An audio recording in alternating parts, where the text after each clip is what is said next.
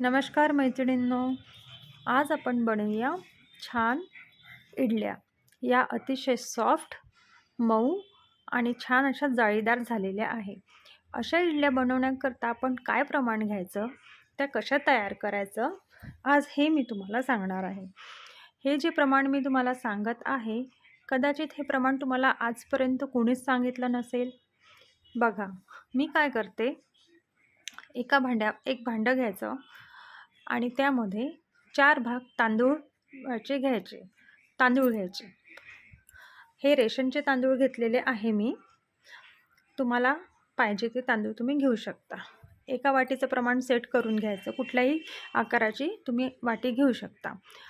4 भाग आपण तांदूळ टाकले तर 2 भाग आपण उडदाची डाळ टाकायची आणि 1 कटोरी आपण पोहे आणि हे टाकायचं साबुदाणा.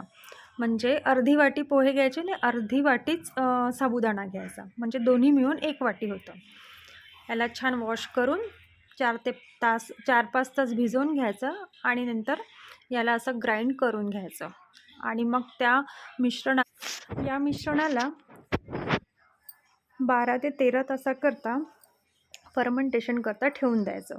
जर थंडी जास्त असेल तर तुम्ही 24 ताससुद्धा हे मिश्रण फर्मेंटेशन करता ठेवायचं. बघा, दुसऱ्या दिवशी किती छान जाळीदार हे मिश्रण फर्मेंट झालेलं आहे. आता आपण साच्यामध्ये या इडल्या भरूया. आधी मी साच्याला तेल लावून घेतलेलं आहे आणि पाणी गरम करायला आधीच ठेवून दिलेलं आहे कुकरचा साचा. आणि आपण आता हे छान असं भरून घेऊ सगळ्या प्लेट्स. माझ्याकडे या 3 प्लेट्स आहेत. या तिन्ही प्लेट्स मी आता तुम्हाला काढून दाखवते की या किती छान तयार झालेल्या आहे. एक इडली बघा, म्हणजे छान अशी फुगून वर छान अशी फुगून वर आलेली आहे.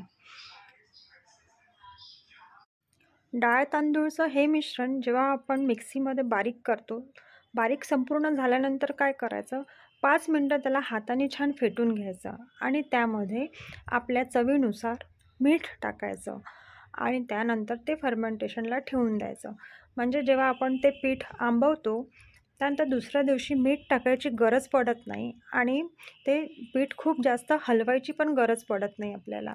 खूप जास्त ते पीठ हलवलं की त्यामधली सगळी फर्मेंटेशननी तयार झालेली जी काही एअर आहे ती निघून जाते आणि आपलं जे पीठ आहे ते एकदम खाली बसतं.